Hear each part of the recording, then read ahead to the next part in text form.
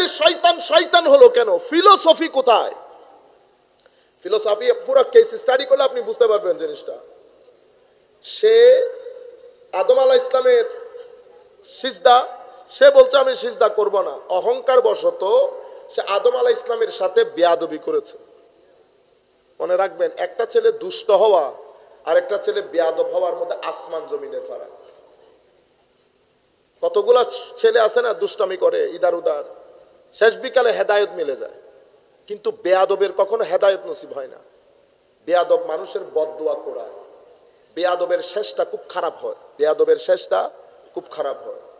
বেয়াদব অপমানিত, লাঞ্ছিত, বঞ্চিত হয়ে পৃথিবী থেকে যেতে হয়। সেই কারণে আর যাই করেন কখনো বেয়াদবি করবেন না। মনিটর করে দেখবেন নিজের জীবনে বেয়াদবি আছে কিনা। বেয়াদবের সুখ নাই, বেয়াদবের শান্তি নাই। বেয়াদব অসম্ভব মানসিক কষ্টের মধ্যে থাকে। কেন? কারণ বেয়াদবের উপর শয়তানের তাসির থাকে। এটা হচ্ছে ফুয়ুজাতে শয়তান। বেয়াদবি যারা করে এটা হচ্ছে শয়তানের ফয়েজ। সুতরাং নিজেকে নিজে মনিটর করবেন, নিজেকে নিজে মনিটর করবেন। আরেকটা দেখেন, আমরা তো আর অনেক বড় লোক না, বা আমরা বড় লোক বলতে আমরা তো আর অনেক বড় আবেদ জাহেদ না। কিছু কাজ আমরা করব, ভদ্র হবেন, ভদ্র হবেন, মানুষকে অপমান করবেন না কখনো। ছোট হোক বড় হোক মানুষকে সম্মান দিয়ে কথা বলবেন। এরে যখন বলেছে, এ যদি বলতো না আল্লাহ আমি আপনি ছাড়া কাউকে সিজদা করব না, বলতে পারতো না সে? আল্লাহ আনা লা আসজুদু ইল্লা লাক, এত সহজ আনসার যে আল্লাহ আমি আপনি বাদে আর কাউকে সিজদা করব না, সে বলতে পারতো। কিন্তু সে এটা করে নাই। সে বলেছে আমি সিজদা করব না, অহংকার করে। তো আমার আদম আলাইহিস সালাম এই শানে নবুয়তে বেয়াদবির কারণে আমার আল্লাহ তাকে বের করে দিয়েছে। বের করে দেওয়ার পরে সে আল্লাহকে চ্যালেঞ্জ করে, বের করে দিচ্ছেন তো আমি আপনাকে কথা দিচ্ছি আমি সিরাতুল মুস্তাকিমের উপরে বসা থাকবো, উপরে বসা থাকবো, ডানে বামে না। লা কুদান্না লাহুম সিরাতাকাল মুস্তাকিম, আমি আপনার বান্দা যারা এই রাস্তায় আসবে সামনে পিছনে ডানে বামে হামলা করব। সুম্মা লা আতিয়ান্না মিন বাইনি আইদিহিম ওয়া মিন খালফিহিম ওয়া আন আইমানিহিম ওয়া আন শামাইলিহিম ওয়া লা তাজিদু আকসারাহুম শাকিরিন, আপনি তাদের বেশিরভাগকে সিরাতুল মুস্তাকিম থেকে আমি পথভ্রষ্ট করব। চ্যালেঞ্জ করতেছে আল্লাহর দরবারে। এখন শয়তান সিরাতুল মুস্তাকিমের উপর যিনি বসে থাকেন উনি কখনো আপনাকে কুফরের কথা বলে পথভ্রষ্ট করবেন না। উনি আপনাকে দিন দেখায়ে বেদিন বানাবেন, দিন দেখাইয়া বেদিন। কারণ সিরাতুল মুস্তাকিমের লোক আপনাকে তো আর অন্য ধর্মের উপাসনা শিখাবে না। সিরাতুল মুস্তাকিমের লোক আপনার মন মেজাজ অনুযায়ী আপনাকে ওয়াসওয়াসা দিবে। সেই জন্য মুফাসসিরিনে কেরাম যখন তাফসীর করেছেন যে শয়তানের সামনের হামলাটা কিসের উপর হবে, তো ওনারা বলছেন শয়তানের সামনের হামলাটা আকীদার উপর হবে। হয় আপনার আকীদাকে গডলেস করবে, নতবা আপনার আকীদাকে প্রফেটলেস করবে। কেন? কারণ আপনার আকীদার মধ্যে দুইটা জিনিস অসম্ভব গুরুত্বপূর্ণ। একটা হচ্ছে লা ইলাহা ইল্লাল্লাহ, আর একটা হচ্ছে মুহাম্মাদুর রাসূলুল্লাহ সাল্লাল্লাহু আলাইহি ওয়াসাল্লাম। একটা তাওহীদ, একটা রিসালাত। এই দুই জিনিস আপনার ঈমানের জন্য অতীব গুরুত্বপূর্ণ। সে আধুনিকতা দর্শন এই উল্টাপাল্টা বিষয় বলে তার স্টাইলে একটা পরিস্থিতি ক্রিয়েট করে আপনার আকীদাকে গডলেস করে পরকাল থেকে আপনাকে বিমুখ করবে, কবর হাসর। এক সময় দেখবেন 3-4 বছর পরে যেই ছেলে পাঞ্জেগানা নামাজ পড়তো কলেজ বিশ্ববিদ্যালয়ে যাওয়ার পরে 2-4টা চটি বই পড়ে, 2-4টা ম্যাক্স ওয়েবার, কার্ল ম্যাক্স, দারখাইম এগুলা পড়ে সে এখন নিজেকে অনেক বড় পণ্ডিত ভাবতে শুরু করেছে। কোন মুহূর্তে তার ভিতর থেকে আকীদা ড্রপ করেছে, পরকাল ড্রপ করেছে, দ্বীনের উপর তার আস্থা হারিয়ে ফেলেছে, তে বুঝতেও পারে নাই। তাকে আর নবী পর্যন্ত নিয়ে যেতে হয় নাই, প্রথম হামলার মধ্যে কাবু হয়ে গেছে। এটা মুফাসসিরিনে কেরাম প্রত্যেক মুফাসসির, তাবারি বলেন, ইবনে কাসির বলেন, সবাই এনেছে। আখিরাত সম্পর্কে আপনাকে আপনার ধারণার গ্রিপটাকে লুজ করে ফেলা। আল্লাহ রাব্বুল আলামিন ফেরেশতাদেরকে বলতেন সিজদা করার জন্য, সবাই সিজদা করল, একজন করে নাই। যে করে নাই সেই ব্যক্তির কাছে তাকে শয়তান বলেন তো আপনারা, রাজিম বলেন, মারদুদ বলেন। আচ্ছা বলেন তো দেখি, সেই শয়তানের আকীদার মধ্যে তাওহীদের ক্ষেত্রে কোনো ব্যাঘাত ঘটেছে? সে আমরা যে আল্লাহকে আল্লাহ বলি, সর্বশক্তিমান বলি, রাজ্জাক বলি, কোনো কিছুর ক্ষেত্রে শয়তানের বিন্দু পরিমাণ উপর নিচ্ছিল ছিল না। শয়তানই তো আল্লাহকে বলতেছে আনজিরনি ইলা ইয়াউমি ইউবাসু। আল্লাহ যখন বলতে জিজ্ঞেস করেছে তুই সিজদা করলি না কেন? আমি সিজদা করব না। কেন? আমি বশরকে সিজদা করতে পারবো না, আমি নূরের, আমি মাটি আগুনের, আগুন উপরের দিকে যায় বলে মাটি নিচের দিকে যায়, উপরের জিনিস নিচের জিনিসকে সিজদা করতে পারে না। তাহলে দুইটা জিনিস হয়েছে, একটা হচ্ছে অহংকার প্রকাশ করেছে, নাম্বার ওয়ান। এখন আপনি যদি বলেন হুজুর অহংকার করার কারণে শয়তান হয়েছে, তো বাংলাদেশের মধ্যে আমি সহ মানুষ খুঁজে পাবেন সব তো শয়তান আমরা। কার নাই অহংকার? 5 টাকা যার পকেটে ঢুকেছে অহংকারী হয় নাই? হ্যাঁ, 5 টাকার 5টা বই যেই ব্যক্তি পড়েছে সেই ব্যক্তির গায়ে হাত দেওয়া যাচ্ছে। ঢাকা বিশ্ববিদ্যালয়ে যে এখনো ক্লাস শুরু করে নাই, শুধু চান্স পেয়েছে, হাত দিতে পারতেছেন গায়ে। বিসিএস যারা হয়ে গেছে, বিসিএস গায়ে হাত দিতে পারতেছেন। তো যদি অহংকার করে শয়তান হয় তাহলে তো আর আমি বললাম না, আপনারা গণেন। আপনারা বুঝতে পেরেছেন? এরপরে যদি বলেন আল্লাহর আদেশ অমান্য করার কারণে হয়েছে, তো আল্লাহর আদেশ মান্য করে কে? গত 14 ফেব্রুয়ারি সবাই আল্লাহর আদেশ মান্য করেছি। তাহলে তো যদি আল্লাহর আদেশ অমান্য করার কারণে শয়তান হয় তাহলে তো আল্লাহর দুনিয়াতে মানুষ পাওয়া মুশকিল হবে। আপনারা বুঝতে পেরেছেন? এখন তাইলে শয়তান শয়তান হলো কেন? ফিলোসফি কোথায়? ফিলোসফি পুরো কেস স্টাডি করলে আপনি বুঝতে পারবেন জিনিসটা। সে আদম আলাইহিস ইসলামের সিজদা, সে বলছে আমি সিজদা করব না, অহংকার বশত সে আদম আলাইহিস ইসলামের সাথে বেয়াদবি করেছে। মনে রাখবেন, একটা ছেলে দুষ্ট হওয়া আর একটা ছেলে বেয়াদব হওয়ার মধ্যে আসমান জমিনের ফারাক। কতগুলা ছেলে আছে না দুষ্টামি করে ইদার উদার, শেষ বিকালে হেদায়েত মিলে যায়, কিন্তু বেয়াদবের কখনো হেদায়েত নসিব হয় না। বেয়াদব মানুষের বদদুয়া করায়, বেয়াদবের শেষটা খুব খারাপ হয়, বেয়াদবের শেষটা খুব খারাপ হয়। বেয়াদব অপমানিত, লাঞ্ছিত, বঞ্চিত হয়ে পৃথিবী থেকে যেতে হয়। সেই কারণে আর যাই করেন কখনো বেয়াদবি করবেন না। মনিটর করে দেখবেন নিজের জীবনে বেয়াদবি আছে কিনা। বেয়াদবের সুখ নাই, বেয়াদবের শান্তি নাই, বেয়াদব অসম্ভব মানসিক কষ্টের মধ্যে থাকে। কেন? কারণ বেয়াদবের উপর শয়তানের তাসির থাকে। এটা হচ্ছে ফুয়ুজাতে শয়তান। বেয়াদবি যারা করে এটা হচ্ছে শয়তানের ফয়েজ।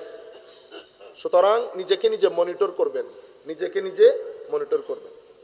আরেকটা দেখেন, আমরা তো আর অনেক বড় লোক না, বা আমরা বড় লোক বলতে আমরা তো আর অনেক বড় আবেদ জাহেদ না। কিছু কাজ আমরা করব, ভদ্র হবেন, ভদ্র হবেন, মানুষকে অপমান করবেন না কখনো। ছোট হোক বড় হোক মানুষকে সম্মান দিয়ে কথা বলবেন।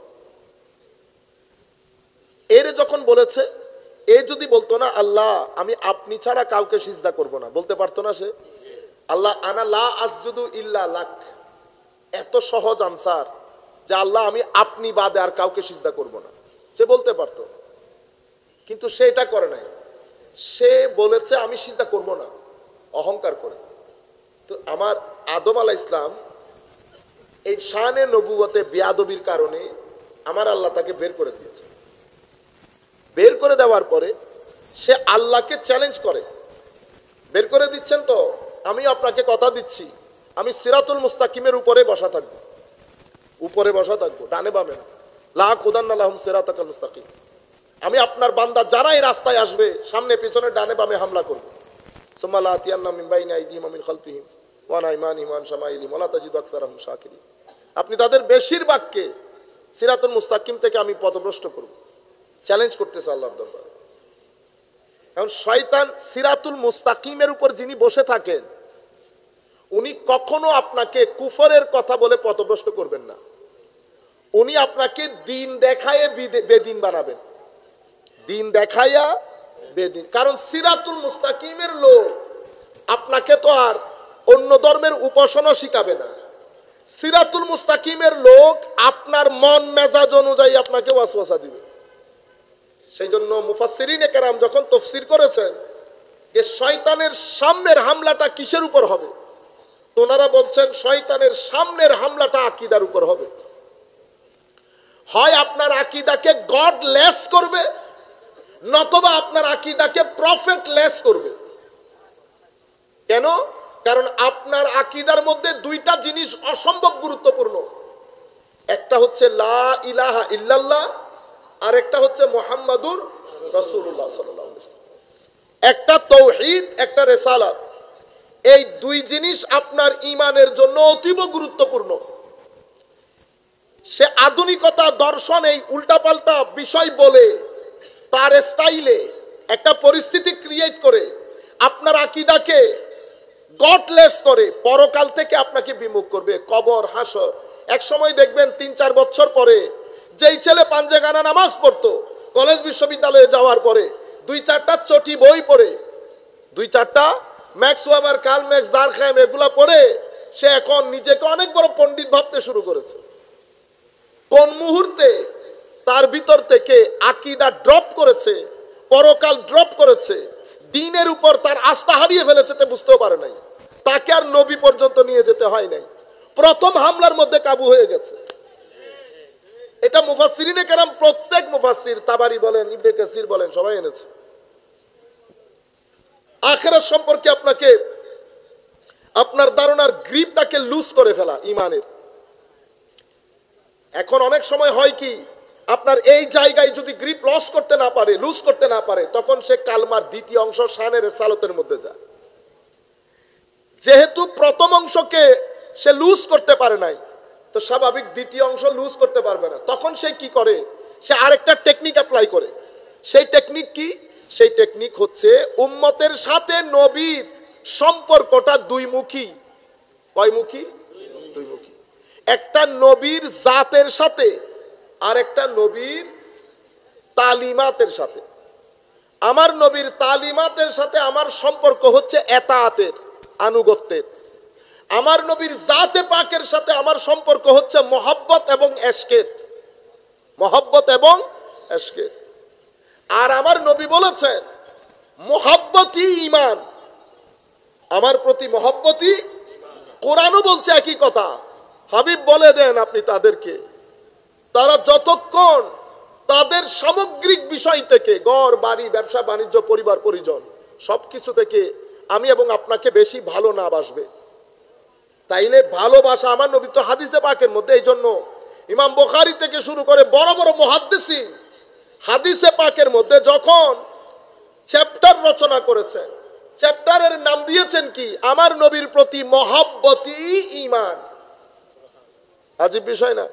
এখন তাইলে হুজুর করিম সাল্লাল্লাহু আলাইহি ওয়াসাল্লামের সাথে আমার সম্পর্কটা ডাব দুইটা, একটা এতাআতের, একটা মহব্বতের। এতাআতের সম্পর্ক তালিমাতের, মহব্বতের সম্পর্ক আমার নবীর জাতের। এই বিষয়টা আপনারা বুঝতে পেরেছেন? এখন আমরা আমার নবীর জমানা থেকে দুইটা মাইন্ডসেট সমাজের মধ্যে এসেছে। একটা সাহাবিয়তের মাইন্ডসেট ঈমান, আর একটা খারেজিয়তের মাইন্ডসেট। খারেজিরও আমার নবীর সাহাবীর মধ্যে ছিল। আমার নবী সাল্লাল্লাহু আলাইহি ওয়াসাল্লাম, আমি শুধু এখন যেহেতু সময় নাই, অলরেডি শেষ হয়ে গেছে, আমি শুধুমাত্র আপনাদেরকে সংক্ষিপ্ত আকারে বলে ফেলি। যেমন সাহাবীর মাইন্ডসেট কিরকম। সাহাবীর মধ্যে তালিমাতের এতাআত, নবীর প্রতি মহব্বত। এটা আপনি পড়বেন, আপনি দেখবেন যে আসমানের নিচে জমিনের উপরে কেউ কারো প্রধানকে এভাবে সম্মান করে নাই, এশক মহব্বত দেখাই নাই যেভাবে সাহাবায়ে কেরাম দেখিয়েছে। এটা আপনারা অসংখ্যবার শুনেছেন না? চুল মুবারক, মুখ মুবারক, ঘাম মুবারক নিয়ে নেওয়া, থুতু মুবারক নিয়ে মুখে বুকে লাগানো, এটা হচ্ছে সাহাবায়ে কেরামের ঈমান। আবার যদি এতাআতের দিকে যান, তো রাত জেগে ইবাদত করতো, জিন্দেগিতে নামাজ মিস করতো না। যা আমার নবী বলেছেন। এতাআতের একটা দৃষ্টান্ত দেই সাহাবায়ে কেরামের। আব্দুল্লাহ ইবনে ওমর রাদিয়াল্লাহু তাআলা আনহু যোহরের এই টাটকা রোদের মধ্যে গিয়ে যোহরের নামাজ পড়ে ঘর থেকে বের হয়েছে। বের হয়ে দূরে একটা জায়গায় গিয়ে গাছের নিচে আধা ঘন্টা বসে ঘরে চলে এসেছে। তাকে জিজ্ঞেস করা হয়েছে, আপনি হুজুর এই গরম, এই রোদের, টাটকা রোদের মধ্যে এই কাজ কেন করলেন? তো কেন করলাম তো জানি না, আমি আমার নবীকে করতে দেখেছি। আমার নবীকে, এটা হচ্ছে তাদের আনুগত্য। এই সাহাবীরাই আবার আমার নবীর থুতু মুবারক নিয়ে মুখে বুকে লাগাতে। এটা সাহাবায়ে কেরাম। খারেজিয়ত কোনটা? খারেজিয়তের মধ্যে এতাআতের ক্ষেত্রে তাসাদ্দুদ একেবারে শেষ সীমা নাই। দুনিয়া উল্টে গেলেও নামাজের ক্ষেত্রে, তিলাওয়াতে কোরআনের ক্ষেত্রে, রোজার ক্ষেত্রে সবকিছু অনেক কঠিন এবং তারা এই সমস্ত ক্ষেত্রে অনেক সিরিয়াস। এশক ও আদবের ক্ষেত্রে নবীর শানে নবীকে হালকা মনে করে, তাদের মত মনে করে। সেই কারণে যুলখুয়াইসার আত-তামিমি নামক এক ব্যক্তির মাধ্যমে খারেজিয়তের যাত্রা শুরু। সেই ব্যক্তি আমার নবীর বন্টন প্রক্রিয়ার উপর কথা বলে বলেছে, ইত্তাকিল্লাহ, হে রাসূল আপনি আল্লাহকে ভয় করেন। আমার নাউজুবিল্লাহ বলবেন না? ভয় শিখাইতেছে। কেন ভয় শিখাচ্ছে? কারণ তার দৃষ্টিকোণে সে মনে করতেছে তো আমাদের মতো, আপনি নবী আর কি, তো কি হয়েছে? আমি দুই মাইন্ডসেট। ইত্তাকিল্লাহ, আপনার বন্টন প্রক্রিয়াটা সুন্দর হইল না, আপনি স্বজন প্রীতি করেছেন। এটা জবান মাইন্ডসেট। এটা আমার নবীর জমানা থেকে হয়ে হয়ে হয়ে হয়ে আজকের জমানা পর্যন্ত এসেছে। মোহাম্মদের রওজা, রওজা বলা যাবে না, মোহাম্মদের বউ খদিজা একটু আপনি জবান দেখতেছেন। আমি যদি পাইতাম আপনাদেরকে বুখারী শরীফ খুলে পুরো হাদিস শরীফগুলো পড়াই পড়াই শুনাইতাম এরা কি কি বলেছে আমার নবীর শানে। তারপরে এটার একটা ধারাবাহিকতা আজকের দিন পর্যন্ত। আপনি যদি মনে, আমার মাইকের আবার সব জায়গায় যাচ্ছে, সবাই দেখে, আমি বিনয়, আমি যদি ভুল বলি আমার ভাই, আপনি বুখারী শরীফ খুলেন, খুলে কিতাবুল খাওয়ারিজ পড়াবেন, জাতি শুনবে, শোনার পরে আপনি বলবেন এই আকীদার লোক এই প্রজন্মের মধ্যে কারা, এই প্রজন্মের মধ্যে কারা। মনে রাখবেন, আপনি যদি বলেন আমি মহব্বত করি, মনে রাখবেন মহব্বত দাবির বিষয় না। ইবাদত দিয়ে যদি মহব্বত বোঝা যাইতো তো খারিজিদের চেয়ে বড় মহব্বতকারী কেউ নাই। কিন্তু আমার নবী বলেছে তিলাওয়াতে কোরআনে মুখ ভিজা থাকবে, ঠোঁট ভিজা থাকবে, ঈমান কণ্ঠনালী ভেদ করে কলবের ভিতরে যাবে না। তীর যেভাবে ধনুক থেকে দূরে সরে যায়, ঈমান থেকে দূরে সরে যাবে সেভাবে। কেন? মহব্বত অন্তরের বিষয়। মহব্বত অন্তরের বিষয়। মহব্বত কেমনে বুঝবেন? তো যখন মহব্বত হয়ে যায়, মহব্বত যখন হয়ে যায়, আপনার 14ই ফেব্রুয়ারির মহব্বত আর এই মহব্বতের মধ্যে ফারাক হচ্ছে। এই মহব্বত হয়ে গেলে কিছুক্ষণ পরে শেষ হয়ে যায়। এই মহব্বত হয়ে গেলে এটার শেষ হয় না, এটা বাড়তে থাকে, এটা বাড়তে থাকে। মহব্বত এত জটিল পর্যায়ে চলে যায়, এটা এশকের রূপ নেয়। তো আশেক যখন শুনে যে মাশউক বলেছে হিজরত করতে হবে, তো আশেকের আর ঘুম নাই। আশেক রাতের ঘুম ছেড়ে দিয়েছে মাশউকের ইন্তজারে। মাশউক যখন একদিন ঘরের করানারে আশেক লাফ দিয়ে ওঠে, আশেক মাশউককে জিজ্ঞেস করে, মাশউক আশেককে জিজ্ঞেস করে ঘুমাও নাই? ও হুজুর ঘুমাই নাই সেই দিন থেকে যেদিন আপনি বলেছেন আবু বকর সজাগ থাইকো, হিজরত করতে হতে পারে। দুইটা দুই মহব্বতে। এক মহব্বত মানুষকে অশ্রুর জলে ভাসায়, এক মহব্বত মানুষকে রাতে ঘুমাইতে দেয় না, এক মহব্বত মানুষকে ছুরির নিচে ঢুকিয়ে দেয় গলা, এক মহব্বত মানুষকে গলার ফান্দা 2 মিনিট দেরি করে না। এটা একটা মহব্বত। এই মহব্বত আপনাকে উপরে তুলবে বেটা, এটা আপনাকে এত উপরে তুলবে কল্পনাও করতে পারবেন না আপনি কত উপরে উঠেছেন। কিন্তু আপনি বুঝতে পারবেন কিভাবে সমাজের মানুষ আপনাকে মহব্বত করা শুরু করবে। যখন ওই মহব্বত উপরে যায়, সমাজের মানুষ আপনাকে মহব্বত করা শুরু করবে। আপনি যেই মহব্বতের কথা বলতেছেন এটা সমাজের মানুষের সামনে আপনি ঘৃণিত হবেন। কেন? কারণ এই মহব্বতের শুরু লাস্ট দিয়ে, লালসা দিয়ে। এটাতে কামনা বাসনা আছে, এটাতে কামনা বাসনা নাই, এটাতে স্যাক্রিফাইস আছে।